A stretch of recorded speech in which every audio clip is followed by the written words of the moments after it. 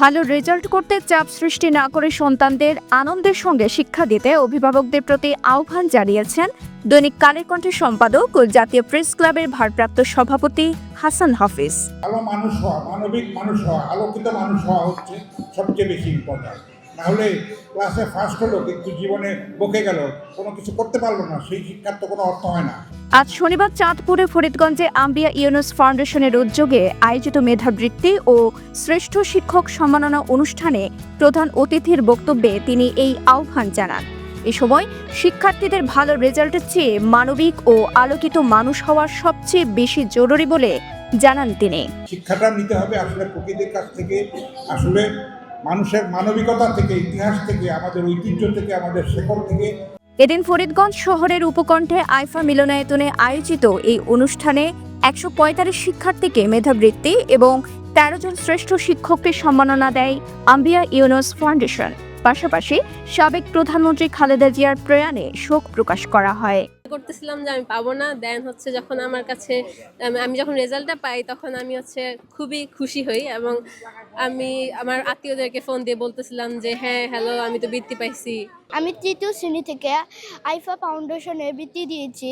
এই বৃত্তিটি খুবই শৃঙ্খলার মাধ্যমে প্রতিষ্ঠিত করা হয়েছিল। আমি ট্যালেন্ট পুলে বৃত্তি পেয়েছি।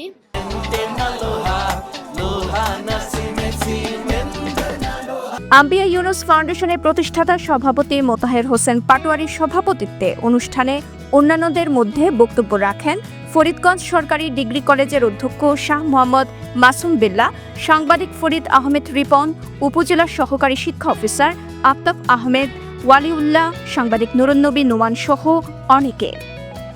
আয়োজকরা জানান ২০০১ সালে যাত্রার পর থেকে বিভিন্ন সামাজিক ও মানবিক কর্মকাণ্ড পরিচালনা করছে আম্বিয়া ইউনুস ফাউন্ডেশন।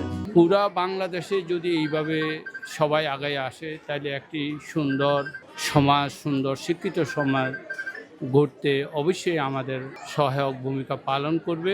আমরা আসলে কার্যক্রমটা প্রথমে শুরু করেছিলাম যদিও শিক্ষাবৃত্তির মধ্যেই সীমাবদ্ধ থাকবো এরকম চিন্তা ছিল, কিন্তু পরবর্তীতে আমরা দেখলাম যে না, সমাজ উন্নয়ন ছাড়া তো শুধুমাত্র শিক্ষা দিয়ে সমাজ উন্নয়ন সম্ভব না। তখন আমরা সারা জেলায় পয়ঃনিষ্কাশন ব্যবস্থা এবং স্যানিটারি ল্যাট্রিনের ব্যবস্থা করেছি। ফরিদগঞ্জে একটু বেশি, অন্যান্য উপজেলায় আমরা শরিক হয়েছি।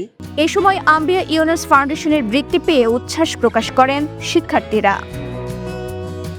চাঁদপুর থেকে কাজল কাইসের পাঠানো তথ্যচিত্রে সাফা মারওয়া, কালের কণ্ঠ, চট্টগ্রাম।